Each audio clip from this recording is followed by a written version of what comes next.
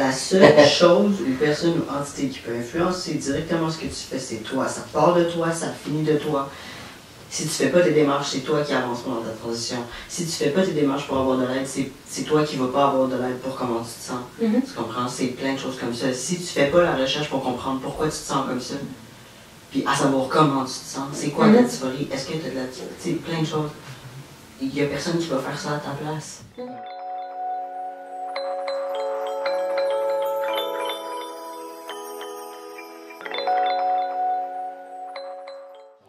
Mais si par exemple, est-ce que vous pourriez, chacun, juste peut-être pour que tout le monde puisse bien comprendre un peu vos différents parcours, est-ce que vous pourriez en quelques mots dire c'est quoi votre parcours? Alors je sais que c'est intense, c'est ça, on va y aller en gros, tu vois, genre en gros c'est quoi votre parcours? Donc qui veut commence, hein, il y a pas de...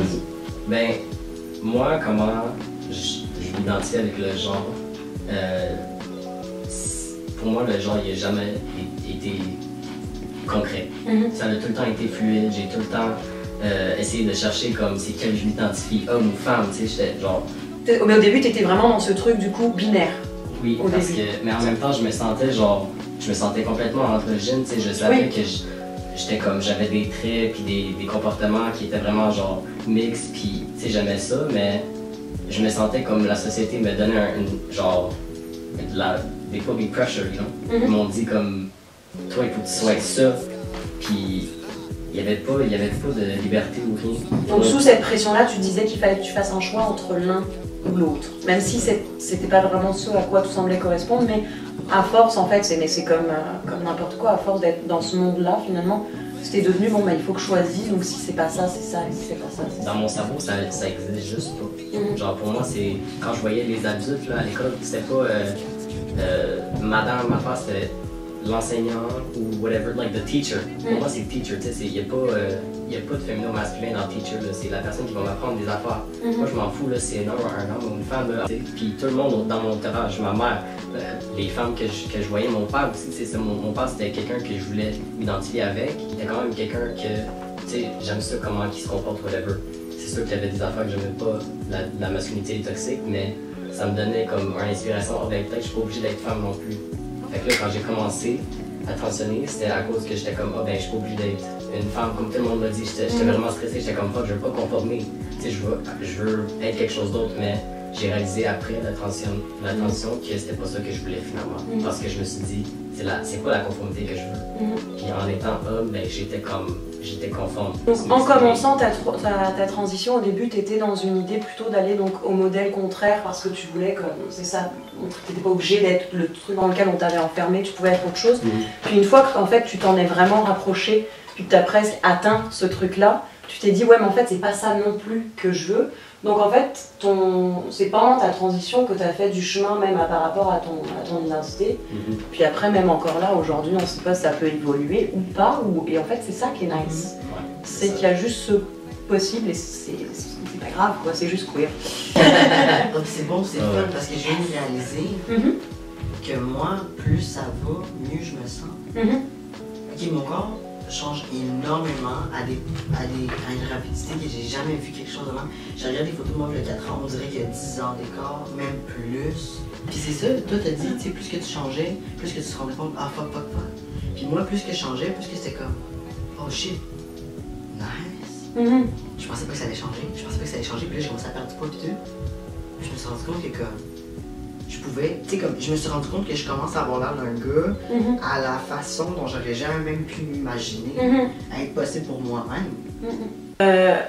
Toi, dans ta transition, en fait, c'est quoi que c'est à partir de quand que tu estimes que tu t'es mis à transitionner? Parce que une transition, c'est que ça, c'était quoi le lancement de la transition? Ben, d'après moi, c'est tout. Pour toi, c'est quel début? Ça peut être un truc à la con, hein. C'est pas obligé d'être... Ben, tu peux y penser, tu peux y aller, hein, y a pas de... Parce que moi, ok, contexte, c'est ça, moi j'approche 3 ans, ça testo. On est le 10? Je crois qu'on est...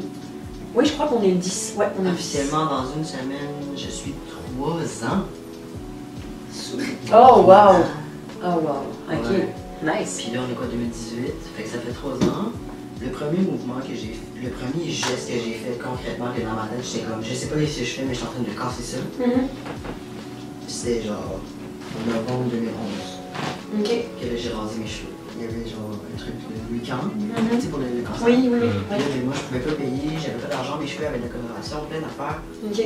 Fait que j'ai dit, ok, bon, ben, la définition est dans une semaine, les photos, tout ça. Elle m'a dit tout de suite. Ils m'ont appelé ma mère, là, ça a marché, tout ça. Ma mère, elle pensait pas que j'allais le faire.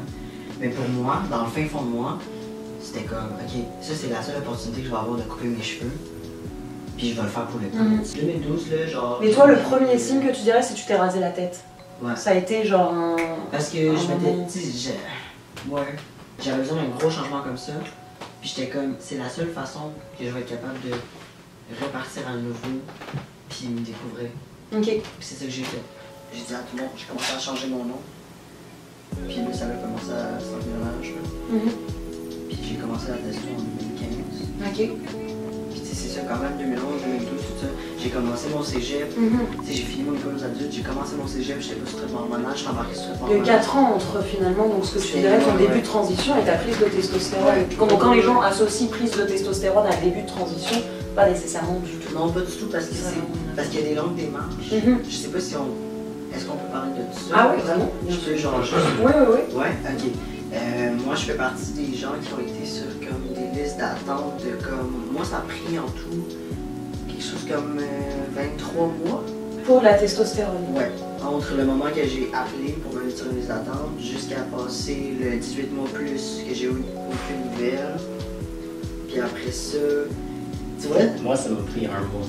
Moi, ça a pris un mois. Ben, non, attends. J'ai été vraiment chanceux, là. Genre, j'ai eu ma sauce par P10. Puis genre, j'ai eu un email, puis ils m'ont fait tout de suite.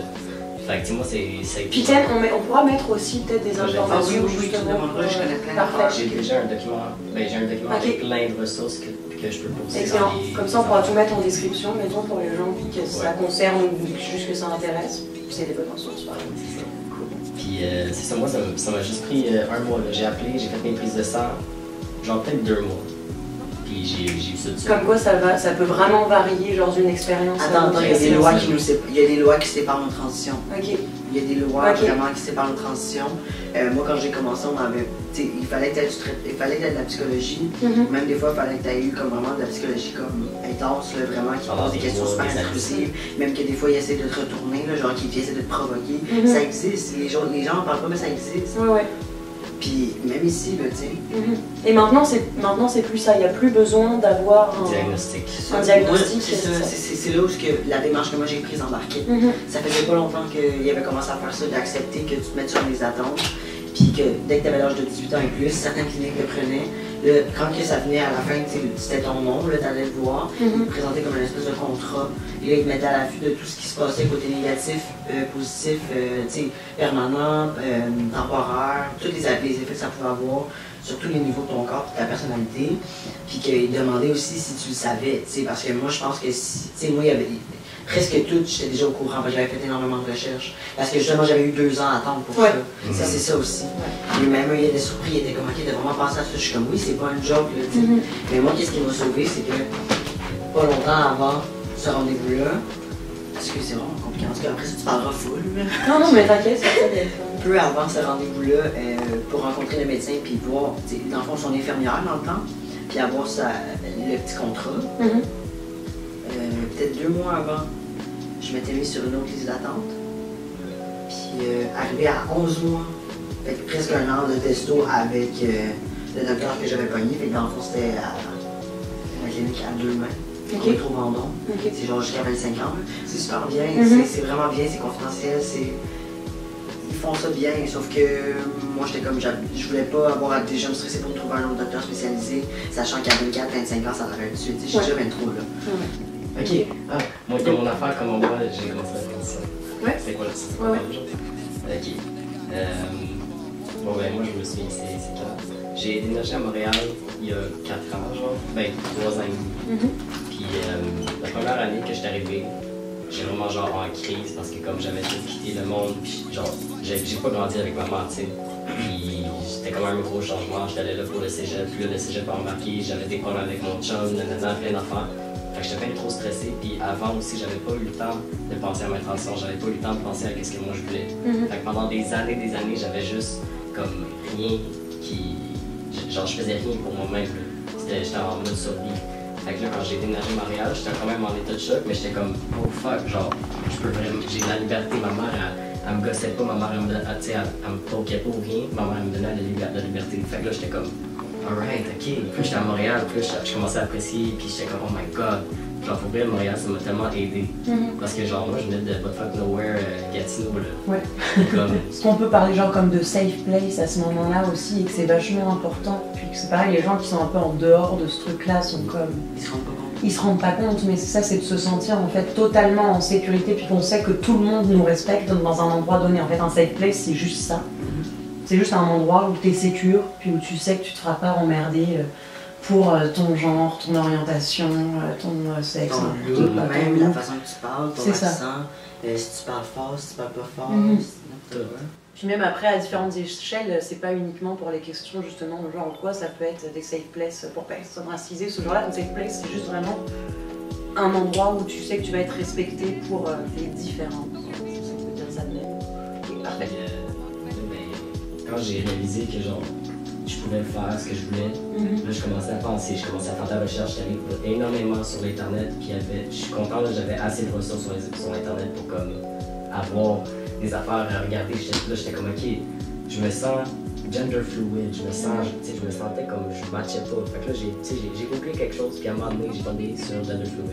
Là j'étais comme ah ben peut-être. Est-ce que tu peux juste rapidement expliquer? Maintenant, je comprends pas vraiment c'est quoi gender fluid parce que je suis tellement rendu à une autre place dans ma tête. Mais avant, comment je m'identifiais avec gender fluid, c'était que genre, il y a des journées que je me sentais plus masculin et des journées que je me sentais plus féminin. Maintenant, c'est complètement. Puis t'avais-tu un truc pour peut-être l'exprimer aux autres, justement? Ouais, mais j'avais fait un bracelet. Il y a un côté qui était en vert, puis l'autre côté il était en burgundy, en Bourgogne. Ouais. Parce que je voulais pas que ça soit bleu ou rose non plus. Fait que j'avais fait d'autres couleurs. Là, j'étais comme, ok, ben, quand je me sens plus faible, je vais faire le Bourgogne. Il y avait une couleur pour chaque. Fait que là, j'étais comme, ok, je vais essayer ça. Puis mon chum dans le temps, il était vraiment genre, alright, c'est cool, je vais essayer de voir comment tu te sens. Ça a donné que genre, il était tout le temps sur le côté vert. Puis le côté masculin. Puis là, genre, tu sais, comme, ça faisait genre une semaine là, que ça avait fait ça, puis j'étais comme. Ça m'a fait vraiment penser, puis là j'étais comme oh shit. Puis j'ai parlé avec mon ami que lui il avait déjà commande, mais il avait commande depuis genre le secondaire. Puis là genre il m'a fait réaliser des affaires, puis j'étais comme ok, ben peut-être que j'étais un gars trans. Puis là j'ai commencé à faire des recherches, puis j'ai rencontré du monde vraiment comme intéressant, puis ils m'ont vraiment tout montré. Genre j'ai quasiment rien fait, là, j'ai juste exploré moi-même. Puis les autres affaires, ça c'est juste, tu sais, j'ai rencontré du monde, puis ça a tellement été fluide puis facile. Genre, je suis vraiment chanceux, là. Mais ça a été un peu difficile avec ma mère, mais on peut parler de ça un peu plus tard. Mais, tu sais, au final, ça s'est tellement bien passé. Fait que, c'est ça. Je coupe là ou pas? Attends, non. Bah, si c'est pour faire une miniature, je peux couper. Ah, tu veux couper quoi? Bah, couper l'enregistrement là. Ah, mais là, ça enregistre encore? Ouais.